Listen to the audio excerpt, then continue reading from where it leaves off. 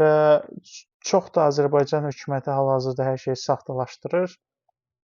Nə bilim, güya bizə göstərməyə çalışır ki, biz burada gah deyirlər güya Hindistana aparıb çıxardırlar bizi, halbuki özləri başqa yerdən gəlib, gah bizi nə bilim Novruzu özlərinə aid edirlər, gah bu Səfəvləri özlərinə aid edirlər.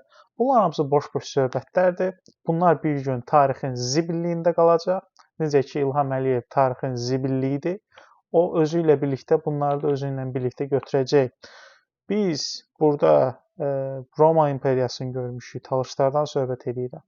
Biz bura Hun axınlarını görmüşük, biz bura Monqol axınlarını görmüşük və bütün bu axınlar gözümüzün qabağında məhv olubdur, gedibdir, tarixdən siliniblər.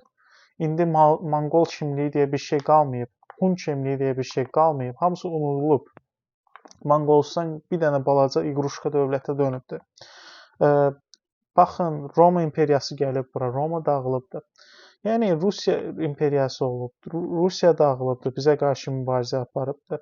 Osmanlı bizə qarşı gəlibdir, Osmanlı bizi qırğınlar törədibdir Talışlara qarşı, onlar da dağılıbdır. Və mən İlham Əliyevə buradan demək istəyirəm ki, siz də dağılacaqsınız, sizin gedəsi yeriniz yoxdur, sizin qalası yeriniz yoxdur və tarixdə, nə bilim, istəyirsiniz 10 dənə yox, 20 dənə, 30 dənə qırıcı alın, siz gedəcəksiniz, qalmayacaqsınız burada.